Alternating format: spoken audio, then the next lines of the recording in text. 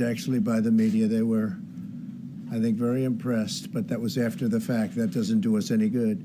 We kept the Senate despite having twice as many seats to defend as Democrats, and in a really much more competitive states, we did a fantastic job with the Senate. I think we're very proud of what's happened there. We had many more seats to defend. They spent almost $200 million on Senate races in South Carolina and Kentucky alone, 2 races, and hundreds of millions of dollars overall against us. At the national level, our opponents' major donors were Wall Street bankers and special interests. Our major donors were police officers, farmers, everyday citizens. Yet for the first time ever, we lost 0 races in the House. I was talking to Kevin McCarthy today. He said he couldn't believe it. 0 races, very unusual thing, 0. And actually won many new seats with, I think, many more on the way. This was also the year of the Republican woman. More Republican women were elected to Congress than ever before. That's a great achievement.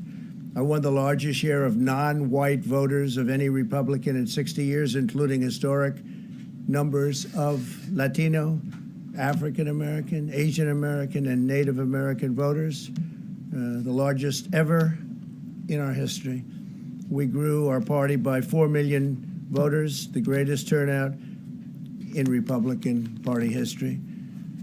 Democrats are the party of the big donors, the big media, the big tech, it seems, and Republicans have become the party of the American worker, and that's what's happened.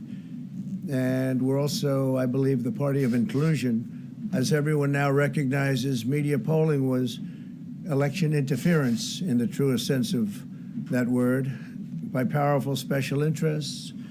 These really phony polls, I have to call them phony polls, fake polls, were designed to keep our voters at home, create the illusion of momentum for Mr. Biden, and diminish Republicans' ability to raise funds.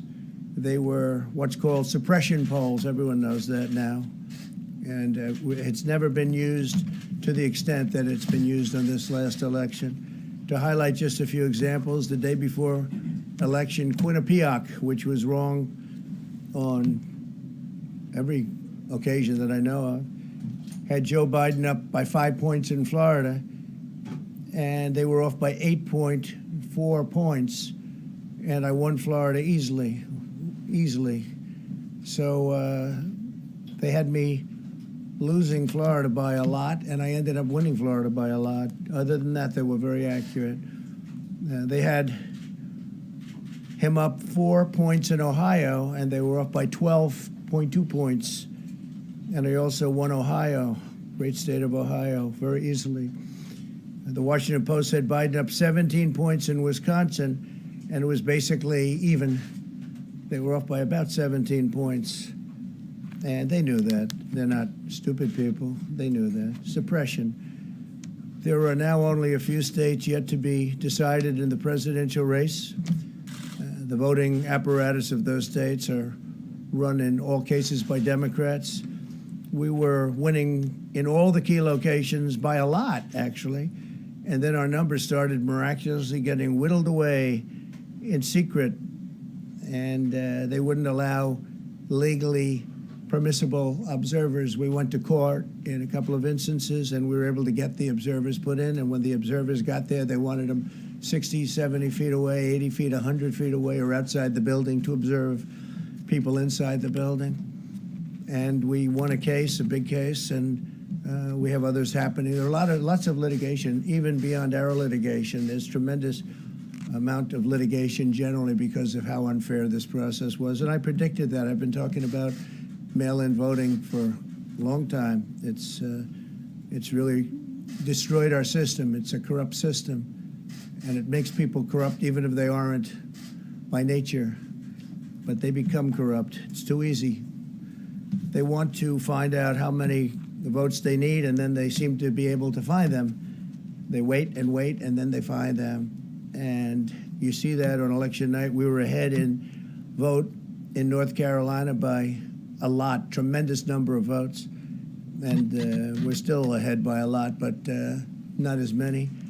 because they're finding ballots all of a sudden. Oh, we have some mail-in ballots. It's amazing how those mail-in ballots are so one-sided, too. I know that it's supposed to be to the advantage of the Democrats, but in all cases, they're so one-sided. We were up by nearly 700,000 votes in Pennsylvania. I won Pennsylvania by a lot, and that gets whittled down to, I think they said now we're up by 90,000 votes, and they'll keep coming and coming and coming. They find them all over, and they don't want us to have any observers, although we won a court case. The judge said you have to have observers. Likewise in Georgia, and they're appealing. Actually, they're appealing. We won a case that we want people to watch, and we want observers, and they're actually appealing, which is sort of interesting. I wonder why they'd appeal, that all we want to do is have people watch as they do the vote tabulations.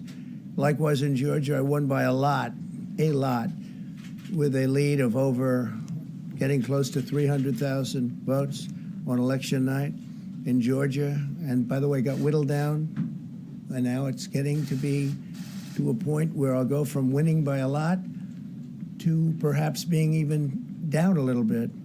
In Georgia, a pipe burst in a faraway location, totally unrelated to the location of what was happening, and they stopped counting for 4 hours, and a lot of things happened. The election apparatus in Georgia is run by Democrats. We also had margins of 300,000 in Michigan. We're way up in Michigan, won the state. And in Wisconsin, we did likewise fantastically well. And that got whittled down. In every case, they got whittled down.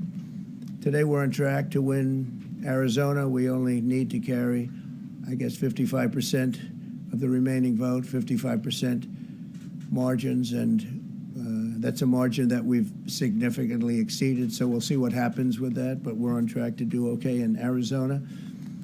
Our goal is to defend the integrity of the election. We'll not allow the corruption to steal such an important election, or any election for that matter, and we can't allow anybody to silence our voters and manufacture results. I've been doing a lot of public things for a long time. I've never had anything that's been as inspirational, by people calling, talking, sending things to us. I've never seen such love and such affection and such spirit as I've seen for this. People know what's happening, and they see what's happening, and it's before their eyes.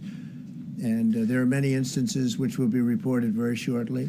There's tremendous litigation going on, and this is a case where they're trying to steal an election. They're trying to rig an election, and we can't let that happen. Detroit and Philadelphia, known as two of the most corrupt political places anywhere in our country, easily cannot be responsible for engineering the outcome of a presidential race, a very important presidential race. In Pennsylvania, Democrats have gone to the state Supreme Court to try and ban our election observers, and very strongly. Now, we won the case, but they're going forward. They don't want anybody in there. They don't want anybody watching them as they count the ballots. And I can't imagine why. There's absolutely no legitimate reason why they would not want to have people watching this process, because if it's straight, they should be proud of it. Instead, they're trying, obviously, to commit fraud. There's no question about that. In Philadelphia, observers have been kept far away, very far away, so far that people are using binoculars to try and see, and there's been tremendous problems caused. They put paper on all of the windows so you can't see in, and the people that are banned are very unhappy and become somewhat violent. The 11th Circuit ruled that in Georgia, the votes have been in by Election Day, that they should be in by Election Day, and they weren't. Votes are coming in after Election Day. And they had a ruling already that you have to have the votes in by Election Day. To the best of my knowledge, votes should be in by Election Day. And they didn't do that. Democrat officials never believed they could win this election, honestly. I really believe that. That's why they did the mail-in ballots, where there's tremendous corruption and fraud going on. That's why they mailed out tens of millions of unsolicited ballots without any verification measures whatsoever. And I've told everybody that these things would happen because I've seen it happen. I watched a lot of different elections before they decided to go with this big, massive election with tens of millions of ballots going out to everybody, in many cases totally unsolicited. This was unprecedented in American history. This was by design, despite years of claiming to care about the election security. They refused to include any requirement to verify signatures, identities, or even determine whether they're eligible or ineligible to vote. People are walking in there. They have no idea. They're just taking numbers. They're writing down things, the workers, and doing a lot of bad things. And we have a lot of information coming and litigation that you'll see that will shake even you people up. And you've seen it all. The officials overseeing the counting in Pennsylvania and other key states are all part of a corrupt Democrat machine that you've written about, and for a long time you've been writing about the corrupt Democrat machine. I went to school there, and I know a lot about it. It hasn't changed. It's a long time ago, and hasn't changed. It's gotten worse. In Pennsylvania, partisan Democrats have allowed ballots in the state to be received 3 days after the election, and we think much more than that. And they're counting those without even postmarks or any identification whatsoever. So you don't have postmarks, you don't have identification. There have been a number of disturbing irregularities across the nation. Our campaign has been denied access to observe any counting in Detroit. Detroit is another place, and I wouldn't say has the best reputation for election integrity. Poll workers in Michigan were duplicating ballots, but when our observers attempted to challenge the activity, those poll workers jumped in front of the volunteers to block their view so that they couldn't see what they were doing. And it became a little bit dangerous. One major hub for counting ballots in Detroit covered up the windows again with large pieces of cardboard. And so they wanted to protect and block the counting area. They didn't want anybody seeing the counting, even though these were observers who were legal observers that were supposed to be there. In Detroit, there were hours of unexplained delay in delivering many of the votes for counting. The final batch did not arrive until 4 in the morning, and even though the polls closed at 8 o'clock, so they brought it in, and the batches came in, and nobody knew where they came from. We've also been denied access to observe in critical places in Georgia. In multiple swing states, counting was halted for hours and hours on election night, with results withheld from major Democrat-run locations only to appear later. And they suddenly appeared, and they all had the name Biden on them, or just about all. I think almost all. They all had the name Biden on them, which is a little strange. I challenge Joe and every Democrat to clarify that they only want legal votes, because they talk about votes, and I think they should use the word legal votes. We want every legal vote counted, and I want every legal vote counted. We want openness and transparency, no secret count rooms, no mystery ballots, no illegal votes being cast after Election Day.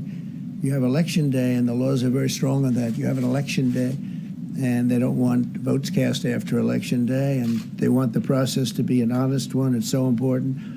We want an honest election, and we want an honest count, and we want honest people working back there, because it's a very important job. So that's the way this country is going to win. That's the way the United States will win, and we think we will win the election very easily. We think there's going to be a lot of litigation because we have so much evidence, so much proof, and it's going to end up perhaps at the highest court in the land. We'll see.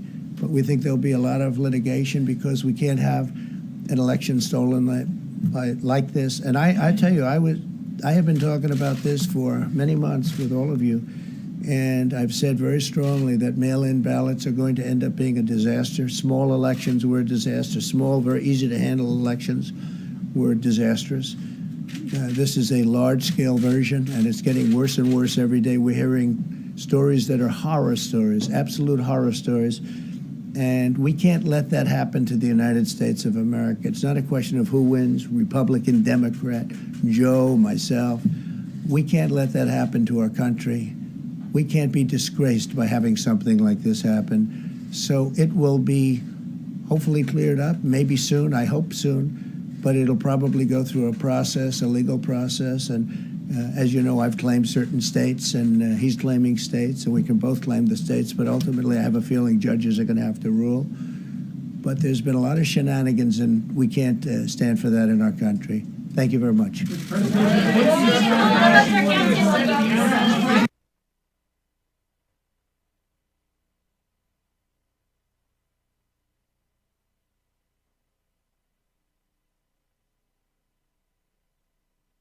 Hello, there we go. There was Donald J. Trump on the campaign trail of going. Where's my? Oh, let's go here. Ah, there we go. On the campaign trail, going back and forth on the mixer. That. See if my switcher. Oh, maybe I got to do this. Okay, let's see. There we go. On the campaign or at the White House press conference, just. Rolled out there. He said there's been a lot of shenanigans going on. He's hinting that this is going to the courts. Stay tuned. There may be some interesting facts breaking on the whole election fraud story.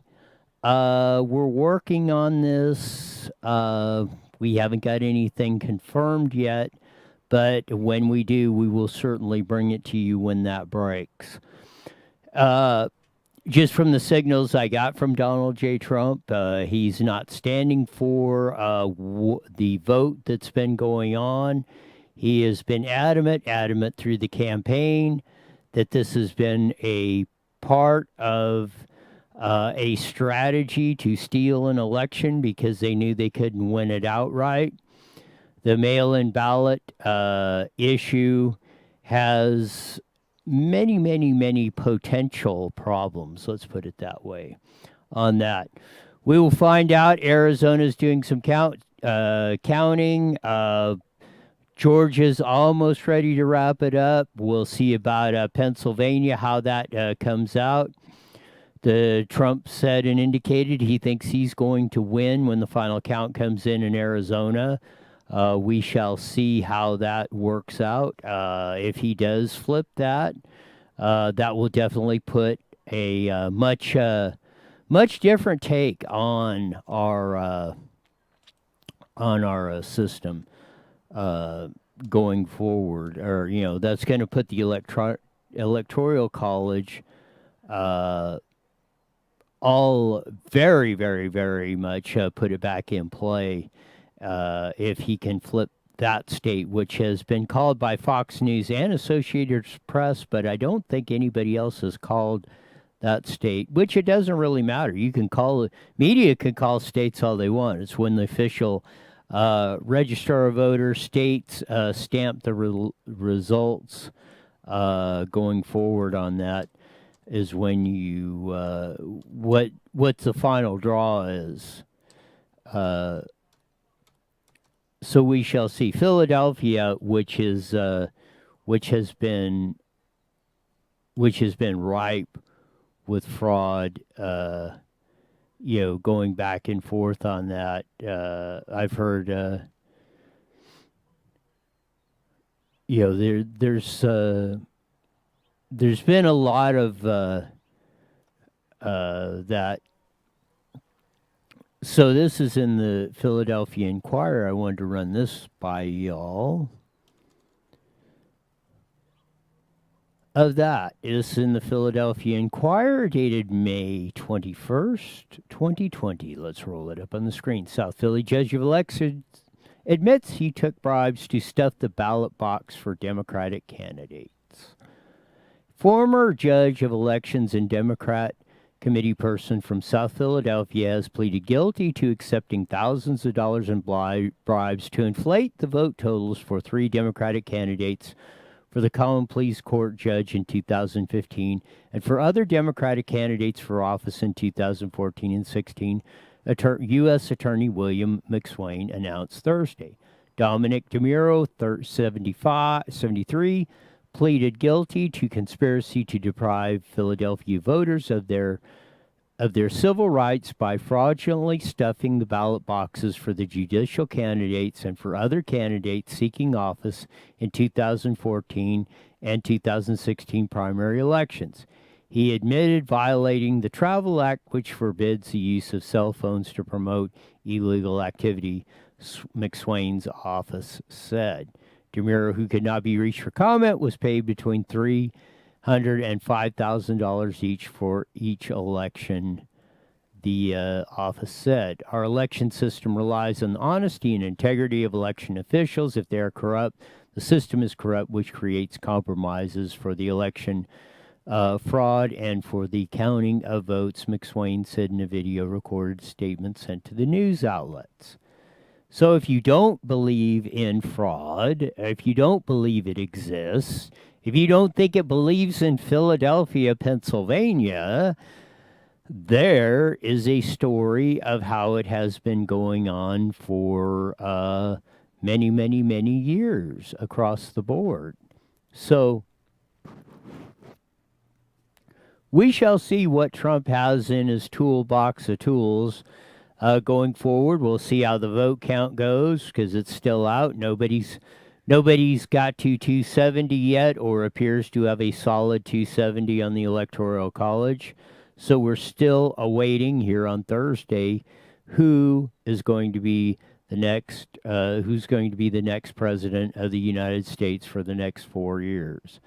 And so we will see that. We'll be back here in a little bit on IU Newswire as we do live at 5 on Twitch, Facebook, and YouTube. And then we join KMET 1490 AM at 5:30, broadcasting all across the Inland Empire. So until then,